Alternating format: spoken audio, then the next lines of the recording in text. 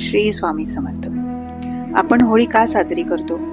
रंगांचा हा सण नेमका आनंदाचा आहे की त्यामागे लपलेली आहे एक महान कथा? आज आपण जाणून घेणार आहोत होळी सणाचा इतिहास, पौराणिक कथा आणि त्यामागचा खरा अर्थ. होळी सण म्हणजे काय? होळी हा भारतातील सर्वात आनंददायी आणि उत्साहपूर्ण सण मानला जातो. पण हा सण वाईटावर चांगल्याचा विजय दर्शवतो. फाल्गुन महिन्याच्या पौर्णिमेला होलिका दहन केले जाते आणि दुसऱ्या दिवशी रंगांची होळी खेळली जाते. हा सण प्रेम, आनंद आणि एकतेचे प्रतीक आहे.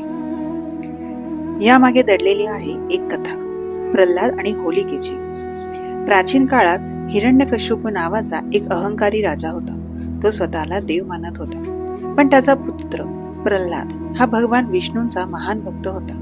राजाने अनेक वेळा प्रल्हादाला मारण्याचा प्रयत्न केला, परंतु प्रत्येक वेळी भगवान विष्णूंनी त्याचे रक्षण केले. शेवटी हिरण्यकश्यपूने आपली बहीण होलिकेची मदत घेतली. होलिकेला अग्नीपासून वाचण्याचा वरदान होतं. ती प्रल्हादाला मांडीवर घेऊन अग्नीत बसली, पण चमत्कार घडला. भगवंताच्या कृपेने प्रल्हाद सुरक्षित राहिला आणि होलिका जळून भस्म झाली. याच घटनेच्या स्मरणार्थ होलिका दहन केले जाते. रंगांची होळी का खेळतात? रंगपंचमीची परंपरा भगवान श्रीकृष्णाशी जोडलेली आहे.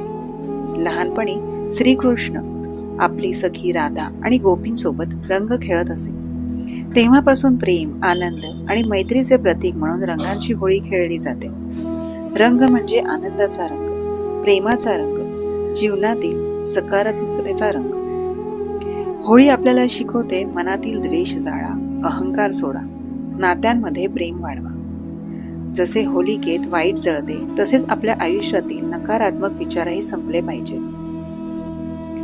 भारतभर होळी वेगवेगळ्या प्रकारे साजरी केली जाते. मथुरेमध्ये फुलांची होळी, बरसाण्यामध्ये लठमार होळी, महाराष्ट्रात रंगपंचमी, तर पंजाबमध्ये होला मोहल्ला. प्रत्येक ठिकाणी परंपरा वेगळी, पण आनंद एकच. आजच्या काळात आपण होळी साजरी करताना काही गोष्टी लक्षात ठेवाव्यात. त्या म्हणजे नैसर्गिक रंग वापरावे, पाण्याची बचत करावी, प्राण्यांना त्रास देऊ नये, होळी सुरक्षितपणे आनंदाने साजरी करावी. होळी फक्त रंगांचा सण नाही, तर मन जोडण्याचा उत्सव आहे. चला तर मग वाईट जाळूयात आणि प्रेमाचे रंग आयुष्यात भरूया. आपणा सर्वांना होळी आणि रंगपंचमीच्या हार्दिक शुभेच्छा. श्री स्वामी समर्थ.